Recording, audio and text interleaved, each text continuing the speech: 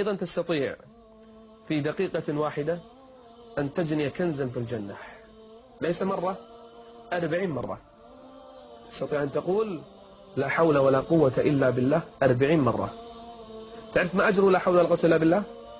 أجرها كنز في الجنة، كنز 40 مرة دقيقة واحدة. يا خسارة أولئك الناس الذين ضيعوا الأوقات وضيعوا الأعمار، 2 3 ساعات يلهون ويلعبون ما قالوا فيها ذكرا واحدا.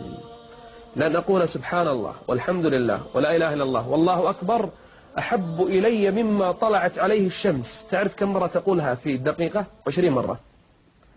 سبحان الله والحمد لله ولا إله إلا الله والله أكبر 20 مرة تقولها بالدقيقة. الواحدة منهم يقول النبي صلى الله عليه وسلم أحب إلي مما طلعت عليه الشمس. أرأيت أخي الحبيب؟ والله نضيع الأعمار، والله نضيع الساعات.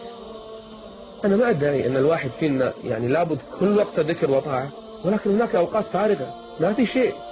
أنا أدركت الشيخ عبد العزيز بن باز رحمه الله، كنت جالسا معه مرة، بين اللقمة واللقمة يذكر الله، بين الاتصال والاتصال يستغفر الله، لسانه لا يفتر عن ذكر الله.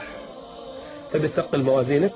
بدقيقة تستطيع، دقيقة واحدة تثقل ميزانك عند الله يوم القيامة. كلمتان خفيفتان على اللسان ثقيلتان في الميزان حبيبتان إلى الرحمن، ما هما؟ سبحان الله وبحمده سبحان الله العظيم. بالدقيقة تستطيع أن تقولها 50 مرة، أو قل 40 مرة لا بأس، أو قل 30. بالدقيقة واحدة تستطيع أن تثقل الموازين، ويحبك الرحمن وتتقرب إليه جل وعلا. سبحان الله وبحمده سبحان الله العظيم. كلمة لو قلتها غرست لك نخلة في الجنة.